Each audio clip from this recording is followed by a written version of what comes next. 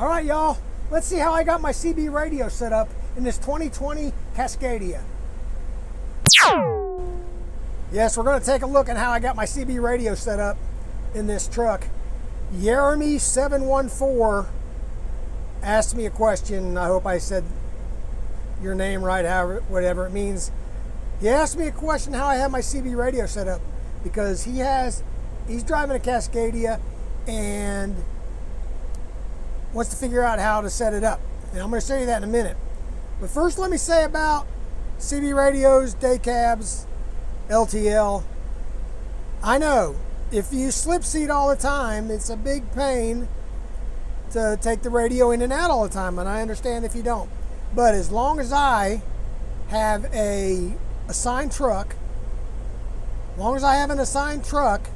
I'm gonna put my radio in.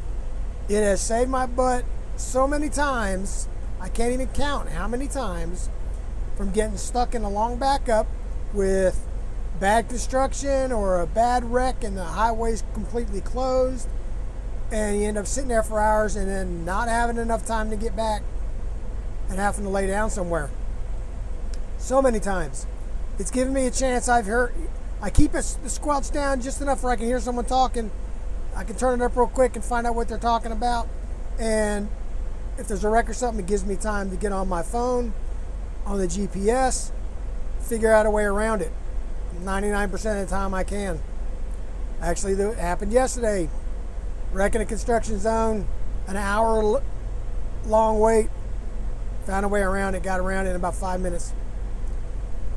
And the only time I got stuck is where a wreck, bad truck wreck, happened less than a mile ahead of me. And all I could do really is get slowed down once things started backing up. And then afterwards, I found out there was a bad wreck. By that time, I was stuck in it. Sat there several hours. It was up in Arkansas. By the time it got all unwound, I only had enough time to get to Shreveport and lay down there. It's not a big deal, but just how many times has it saved me from not getting stuck like that? So many times. I'd rather be home. So, anyway, now if you slip seat, back in the day, way back in the day, we had these slip seat boxes. And if you notice in this one, it's got a place for the CB radio and the AM FM radio, because way back in the day, these LTL trucks didn't even have AM FM radios. And from what I remember when I was in the city, didn't even have air conditioning in the city trucks a lot of times.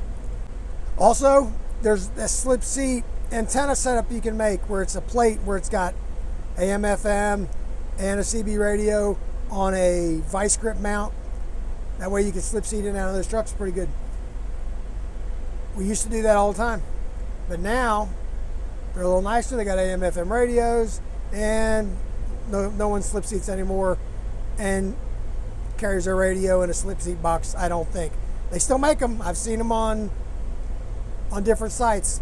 So evidently someone is, but you could do that. And my international, the way I had it set up was I had it hanging from the thing. I'll show a picture of it right here. I had it hanging from where the speaker would be able to hear through if you had it up in the cubby hole. I didn't have it up in the cubby hole. I had it hanging there because it was lower and easier to reach. Those speaker holes, you just stick a screw right down through it and hook it up to your mount. Worked really well. And I stuck my external speaker up in the cubby hole. Worked really well, kept it all real compact.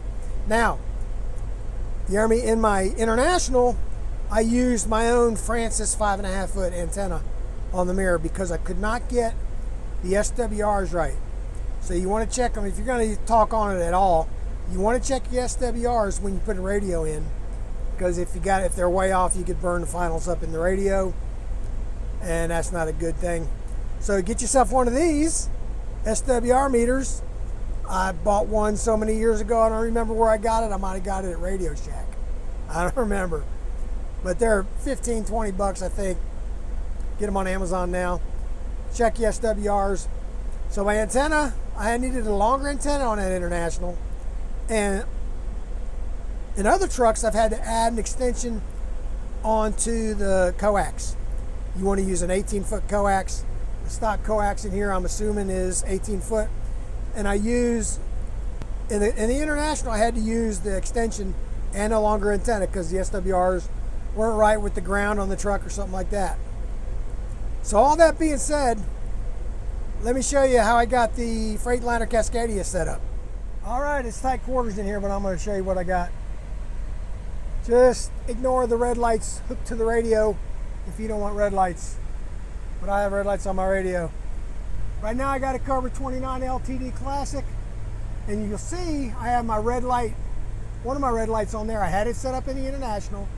I'll show a picture of that again, how I had it set up. But in here it serves another purpose because, maybe this will help. You can see it keeps it from going in the cubby all the way, right?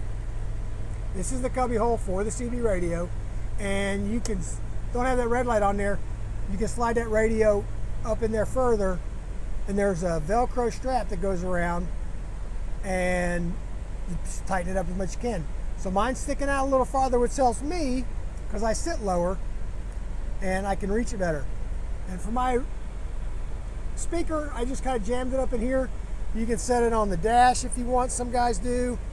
Just run your wires. I like to hide my wires and keep them all compact in here as much as I can. So on this truck, I'm able to use the stock antenna because the SWRs are fine. Don't have to use an extension on the coax. And what I did though was, for my red lights, if you're interested, I hooked the power wire up all back to the CB power line. So it's all hooked to the CB power. Now, I don't know if you remember if I talked about it before, when I was in the International, I had my red lights, these two red lights, hooked up in the corners, which you can't do here, right? And they asked me to take those down because they were installed on the truck. Okay, so I took them down, no problem. I still had this one on here, and I was told by my safety guy, if my red lights are attached and installed on the radio, I can keep them. So that's what I did in here. I like having the red lights inside the cab. I can see around without having to turn the bright light on. That's how I did. So it's real basic. Hook up your microphone however you want to hang it, whatever, and that's it. So Jeremy 714, that's how I got it set up in this truck. It's pretty straightforward. Now, I'm assuming your cubby hole is the same, depending on what year. I had an 18 Cascadia that the way I did it was, I did it like I did in the International. It had the speaker holes through the cubby, so I hung it on the outside and put my speaker up inside the cubby. Just depends on how it's set up and which interior package that you have. So that's it. So y'all go down in the description, check out all my links. And we're still looking for drivers at Saya. If you're interested in coming to Saya, check out in the description the Saya employment website. Check out my email. Email me. I will send you my info so you can put me down as a referral and go from there. Check out all the other links. And while you're down there, subscribe to this channel if you have not already, please. Hit the like button on this video and I'd appreciate it. We'll see you later.